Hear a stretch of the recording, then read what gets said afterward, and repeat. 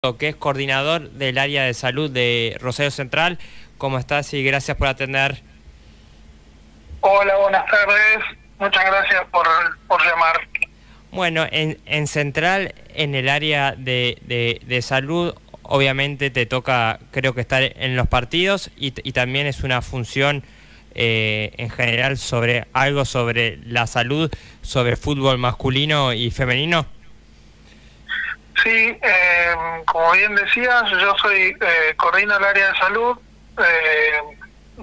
sobre todo de inferiores, masculino, y soy médico del plantel profesional de fútbol femenino. Así que sí, tengo que estar en los partidos y bueno, y en el día a día, obviamente. ¿Y tu especialidad es sobre la medicina en el deporte? Exacto, médico especialista en medicina del deporte, esa es la especialidad. Y también hablar de un plantel profesional a lo que es inferiores, cambia mucho la salud, ¿no? En diferentes aspectos. Sí, cambia porque, bueno, es diferente.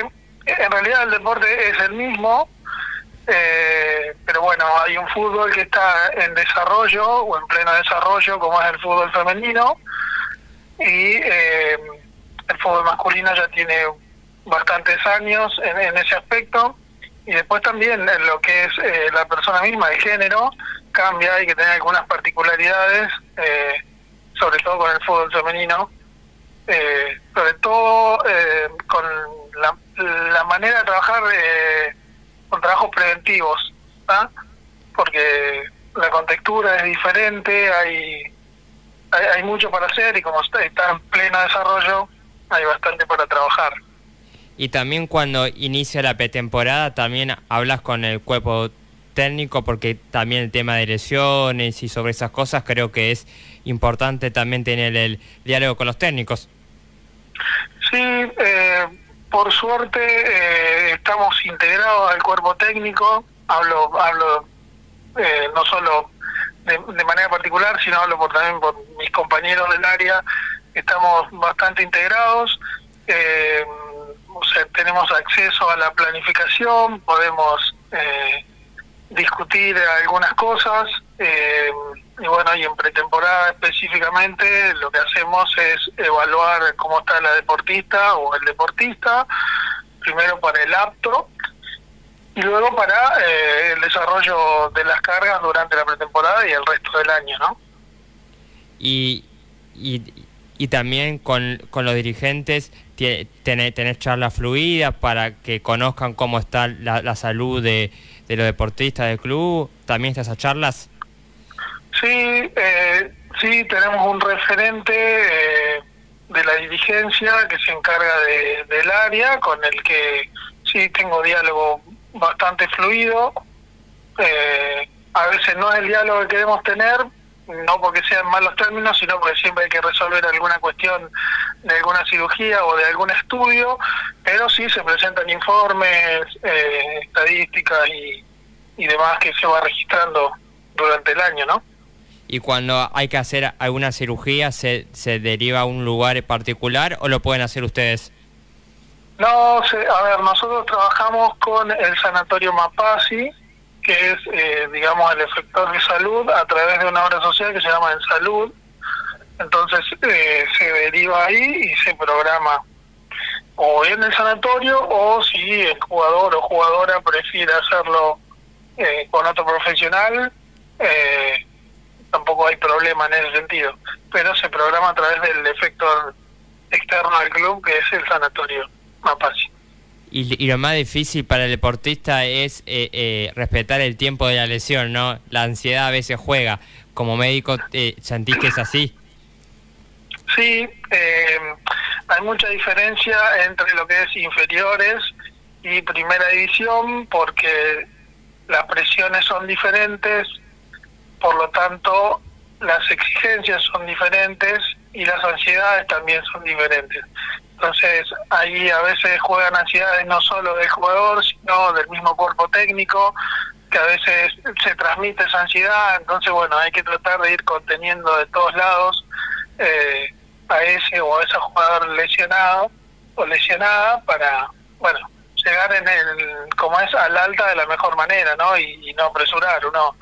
Yo soy partidario de respetar los tiempos, pero bueno, a veces los intereses y las exigencias por ahí no nos dejan llegar al final de la recuperación, pero bueno, estamos acostumbrados y sabemos para qué estamos también, ¿no? Sobre todo hablando de primera división. ¿Y en el área de salud te acompañan todos médicos? El área de salud está formada por 4 disciplinas: es psicología, kinesiología, nutrición y medicina. Así que hay varios médicos más, hay psicólogos y hay nutricionistas y kinesiólogos. Todo fundamental para el deportista, todas esas patas. Es muy fundamental. Yo no concibo la medicina si no es de manera interdisciplinaria. Creo que mi trabajo no serviría de nada si no tuviese el complemento de las otras disciplinas. Creo que sería algo totalmente incompleto, porque, a ver, una lesión tiene un montón de otros aspectos que no solamente son la ruptura de un segmento anatómico o fisiológico a reparar. Hay muchas más cosas que entran en juego, y ahí es donde hay que echar mano a las diferentes disciplinas como para abarcar de manera interdisciplinaria esa recuperación. Me parece que es lo más correcto y lo más difícil de llevar a cabo, ¿no? Y a nivel personal también das un montón de charlas sobre todas estas cosas, ¿no? Sí, ahora hay una charla de la Sociedad Latinoamericana de Ortopedia y Traumatología Infantil el 30 de julio sobre lesiones del ligamento cruzado, como es en niños y niñas, deportistas, y bueno, y van llamando de diferentes lugares, y bueno, vamos aportando lo poquito o mucho que sabemos para que, bueno, sobre todo la prevención de las lesiones y que se entienda el rol del médico dentro de una institución deportiva o en el deporte, lo que se puede aportar, bueno, con gusto, siempre predispuesto. Y la prevención en la lesión es lo más importante. Cuando uno sienta que le molesta, como que ya tiene que tomar precaución, cosas así también, ¿no? Me imagino. Sí, es una educación constante. Cuando uno trabaja en divisiones inferiores, en la parte formativa, ¿no? No solo es formarlo al jugador con los movimientos y gestos específicos de un deporte, sino que no nos tenemos que olvidar que no deja de ser una persona, y hay que enseñarle a ir conociendo su cuerpo, sus límites y demás. Y bueno, para nosotros la prevención es fundamental. Cuando nuestro trabajo como médicos al lado de la cancha no es estar esperando que se caiga un jugador para levantarlo, un jugador lesionado me refiero, ¿no? Sino que ahí estamos llegando tarde. Nosotros eso lo consideramos hasta un fracaso. Nuestro trabajo está de ahí, de esa caída o de esa lesión hacia atrás, y hay muchísimo para hacer. Y bueno, por ahí no se conoce mucho esa función, o quizá hay colegas que no hablan el mismo idioma que los técnicos o que los profes, entonces por eso no se gana en el lugar. Pero la prevención es fundamental, enseñar a conocer al jugador o jugadora sus límites, cuándo es una sobrecarga, cuándo es un dolor que hay que prestarle atención, cuándo hay una lesión en sí en la cual hay que parar y rehabilitar, cuándo puede volver. Es un aprendizaje constante, ¿no? Para ambos lados. Y cuando se filtran también es complicado eso para pensar para las lesiones. ¿Vos cómo opinás eso? ¿Las infiltraciones? Sí, no te escuché por eso. Cuando se inyectan, viste, para que no tenga tanto dolor y jugar igual. Bueno, a ver, eso en realidad, la infiltración, hay que ver qué tipo de infiltración y para qué es. Si es durante un partido, para sacar el dolor, no termina siendo del todo bueno, porque el dolor es un signo de alarma que a nosotros nos limita un movimiento, porque o hay algo roto o algo se está por romper, y ese dolor nos está avisando que tenemos que limitar el movimiento porque se va a producir o se produjo una lesión. Si nosotros quitamos ese estímulo doloroso, quitamos esa sensación dolorosa que a nosotros nos limita, seguimos generando una lesión sin conciencia de estar haciéndolo. Entonces, eso es lo que tienen las infiltraciones. Por ahí te ayudan a terminar un partido, pero bueno, después seguramente la lesión es más grande de lo que hubiese sido si se paraba cuando esa banderita roja o esa luz roja se prendió, ¿no? Pero como te dije, ni bien arrancamos, por ahí las presiones y los intereses hacen que esa práctica se utilice, pero bueno, no es lo más saludable ni lo recomendable. Claro, por un ejemplo, un jugador importante de un equipo que tiene que jugar una final importante, seguro que se infiltra para poder estar, para dar un ejemplo.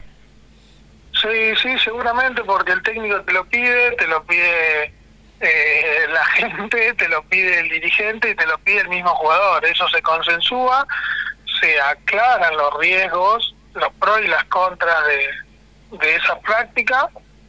Obviamente hay un consenso, porque en última instancia el que decide si se va a infiltrar o no es el jugador, pero bueno, la obligación de este lado, del lado del médico, es contarle los pros y los contras, y bueno, si está todo ok, se hace. Y en el fútbol argentino, ¿cómo estás viendo las lesiones este año? ¿Estamos en un nivel bajo, un nivel alto? En general, no sé si estás viendo cómo está todo. Sí, a ver, no conozco la estadística de cada club. Lo que sí llamó la atención y fue un tema que estuvo un poco ahí en boca de todos, fueron la cantidad de lesiones de ligamento cruzado anterior que hubo en la primera parte del año, en el torneo de primera división del fútbol masculino. Creo que fueron 23 o 24 lesiones en total. Creo que estadísticamente es un número bastante alto comparado con años anteriores. Bueno, después hay que poner en contexto el porqué, cómo es el calendario muy apretado, las exigencias, las condiciones del campo de juego. Hay muchos factores, nunca es un solo factor el que te lleva a una lesión, sobre todo de ese tipo, sino que son varios factores que desencadenan eso en esa lesión, ¿no? Claro, muchas veces el calendario apretado puede influir eso, ¿no? Sí, creo que es un factor, no el único como te dije, pero es un factor determinante. La fatiga es el principal factor de lesión, ¿no? Y al tener un calendario muy apretado, con algunos equipos jugando copas, no teniendo el descanso adecuado, con viajes incluidos y demás, el tiempo que por ahí no ayuda, yo digo, no digo que esté lloviendo todo el tiempo, pero te agarra un viaje entre semanas, volvés, justo te llueve 2 días, la recuperación no es la misma, por lo tanto, aunque vos te sientas bien, las estructuras se fatigan. Entonces, después es muy probable que que ocurra una lesión, puede ocurrir o no, pero indudablemente el riesgo de padecerla aumenta. Muchas gracias por estos minutos, siempre son interesantes refrescar un poco con la audiencia estos temas, así que muchas gracias por atender y bueno, que sea un buen año, que termine bien el año, así que gracias. Bueno, muchas gracias a vos por el espacio y bueno, igualmente para todos. Dale, te mando un abrazo grande. Dale, abrazo grande para todos. Chau.